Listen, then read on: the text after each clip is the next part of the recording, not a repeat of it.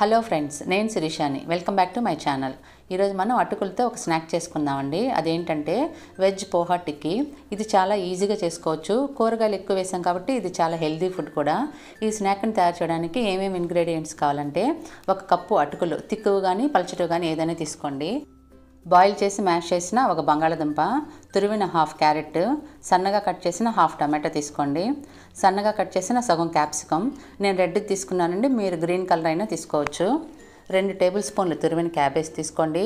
సన్నగా కట్ చేసిన 1 medium size ఉల్లిపాయ, 2 టేబుల్ స్పూన్లు పెరుగు, ఆయిల్ 4-5 టేబుల్ స్పూన్లు తీసుకోండి. ఉప్పు మీ రుచి తగినంత తీసుకోండి. నేను 1.25 టీ స్పూన్ వేస్తున్నాను. 3/4 teaspoon garam masala, 1 teaspoon మిరప్పొడి, 1 టీ స్పూన్ తురిమిన అల్లం తీసుకోండి. సన్నగా కట్ చేసిన 1 పచ్చిమిరపకాయ, 1 టేబుల్ స్పూన్ వేయించిన తెల్ల నువ్వులు, 2 టేబుల్ స్పూన్లు కట్ చేసిన కొత్తిమీర తీసుకోండి. 1 టీ స్పూన్ ఆవాలు. ముందుగా అటుకులను 2 సార్లు వాటర్లో కడగండి.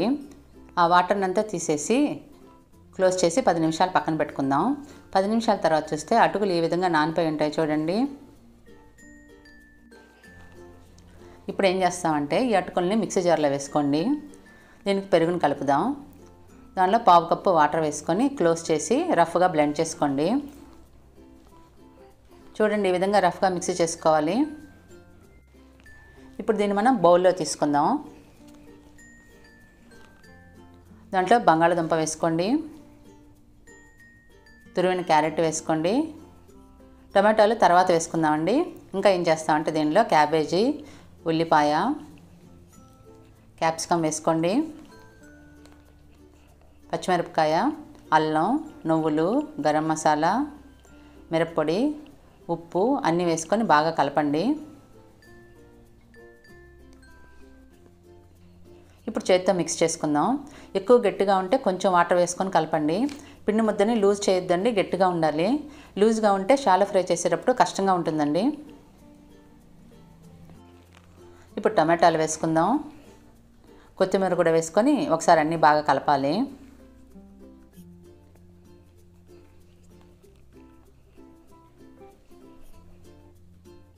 ఇప్పుడు మనకు టిక్కీ చేయడానికి డౌ రెడీ అయిందండి. దీన్ని షాలో ఫ్రై చేసుకుందాం.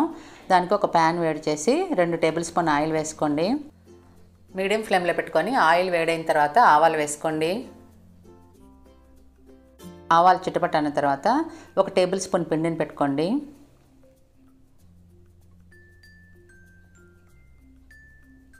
ఈ విధంగా బార్డర్ సెట్ చేసుకోవాలి.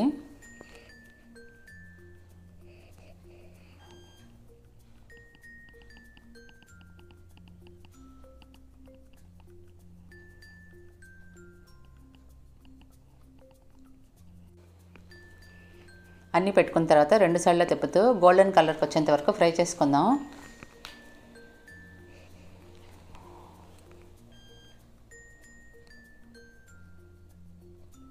ఇప్పుడు మనకు గోల్డెన్ కలర్కి వచ్చాయి చూడండి.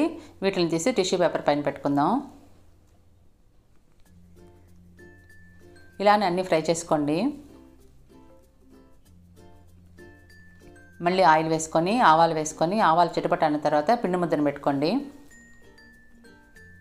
మీకు ఈ విధంగా స్పూన్తో ప్యాన్లో పెట్టుకోవడం కష్టంగా ఉంటే పిండి ముద్దలో నీళ్లు వేయకుండా కొంచెం గట్టిగా కలుపుకోండి.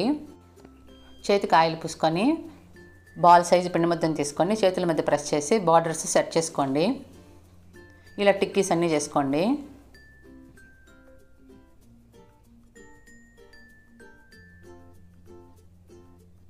ఇలా అన్నీ చేసుకున్న తర్వాత ప్యాన్ పైన పెట్టుకొని గోల్డెన్ కలర్కి వచ్చేంత వరకు ఫ్రై చేసుకోండి. మనకిప్పుడు వెజ్ పోహా టిక్కీ రెడీ అయిపోయాయండి. వీటిని చట్నీతో కానీ సాస్తో కానీ వేడివేడిగా సర్వ్ చేసుకోండి. చట్నీ ఏమి లేకుండా వీటిని అలాగే తిన్నా కానీ చాలా బాగుంటాయి. మీరు తప్పకుండా ట్రై చేసి ఎలా వచ్చాయి నాకు కామెంట్ సెక్షన్లో రాయండి. ఈ రెసిపీ నచ్చితే లైక్ చేయండి, షేర్ చేయండి. నా ఛానల్ని సబ్స్క్రైబ్ చేయడం మర్చిపోకండి. Thank you for watching.